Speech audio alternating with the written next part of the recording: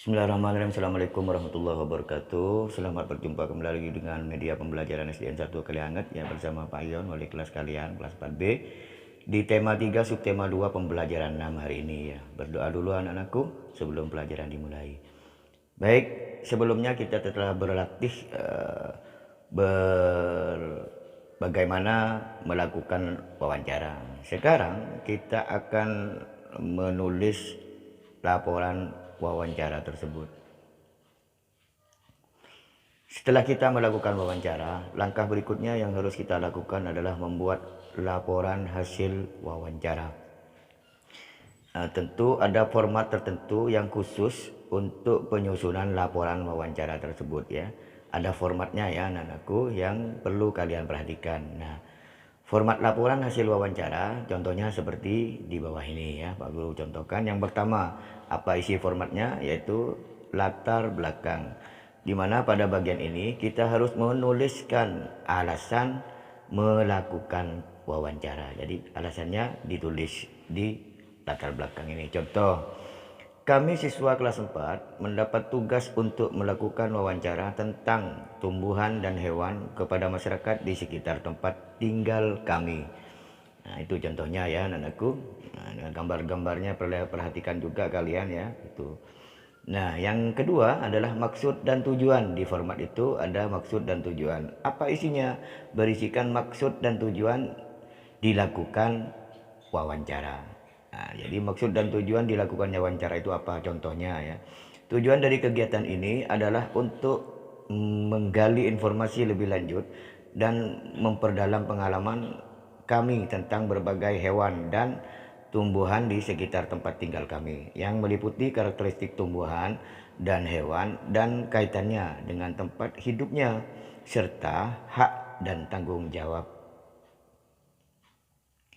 Selanjutnya adalah yang ketiga adalah topik wawancara.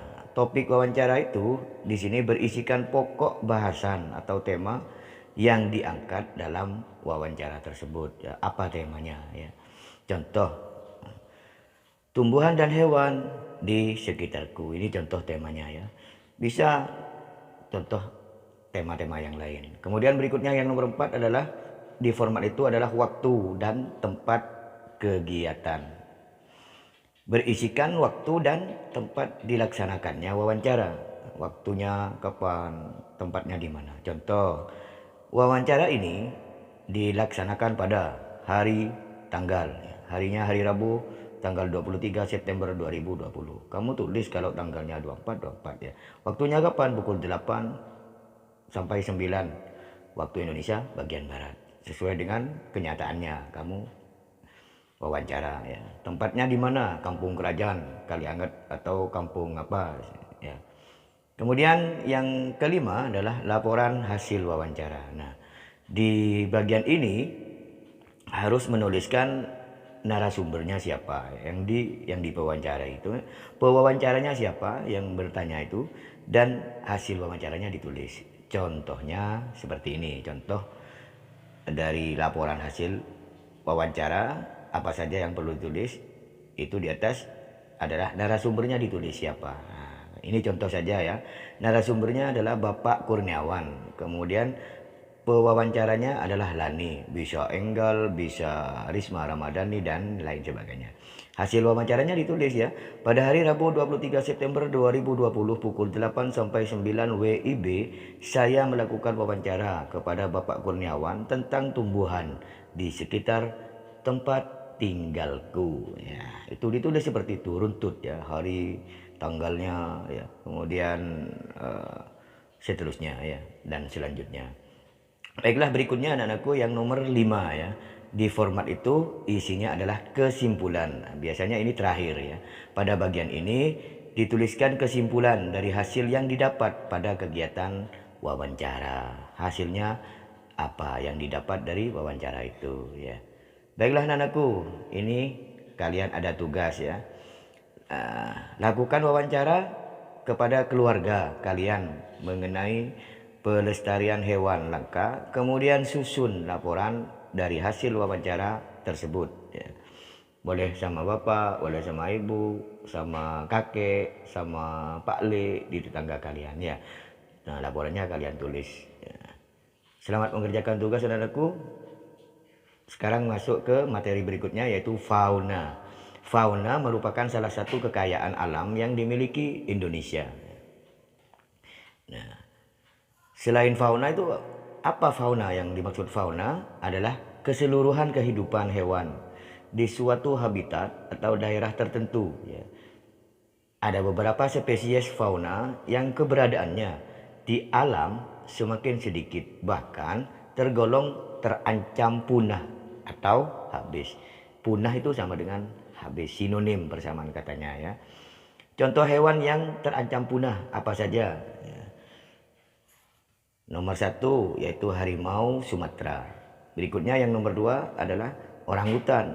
Berikutnya yang nomor 3 badak Jawa. Selanjutnya nomor 4 adalah komodo. Yang berikutnya nomor 5 burung cendrawasih. Yang ke-6 anoa. Kemudian yang ke-7 itu merak. Yang terakhir yang ke-8 adalah gajah Sumatera. Jadi 8 binatang itu adalah contoh ya hewan yang hampir punah dari negara Indonesia ini. Baiklah anak-anak, selanjutnya mari kita bahas materi yang seterusnya, yaitu faktor ya. Faktor penyebab hewan punah. Yang bisa menyebabkan hewan punah itu apa saja?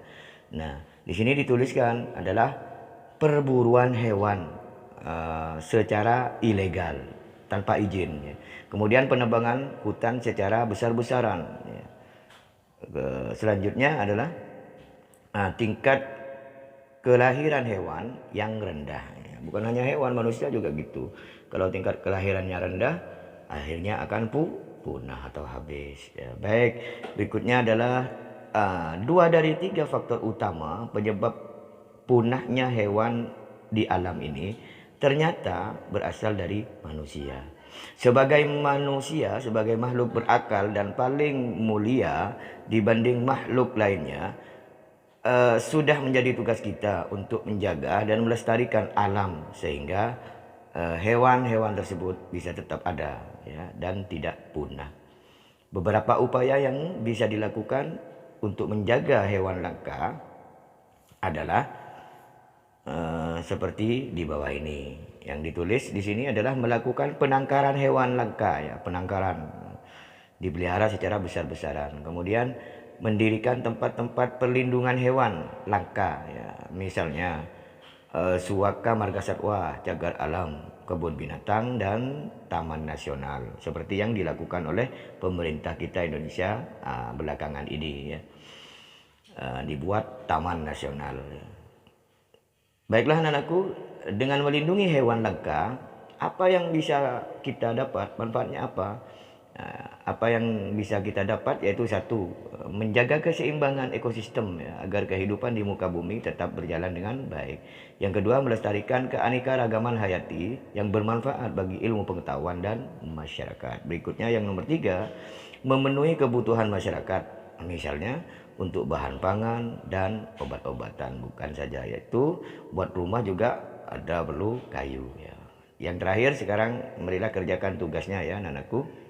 Jawablah pertanyaan-pertanyaan berikut dengan tepat. Yang pertama, mengapa kita perlu melestarikan hewan langka? Yang kedua, apa yang terjadi jika terdapat hewan yang punah?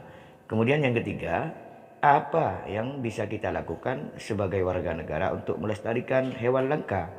Yang keempat, apa yang terjadi jika kewajiban tersebut tidak dilaksanakan? Nah, kerjakan di buku tugas kalian ya. Nanti kalau sudah selesai 1 subtema ini dikumpulkan ya. Demikian materi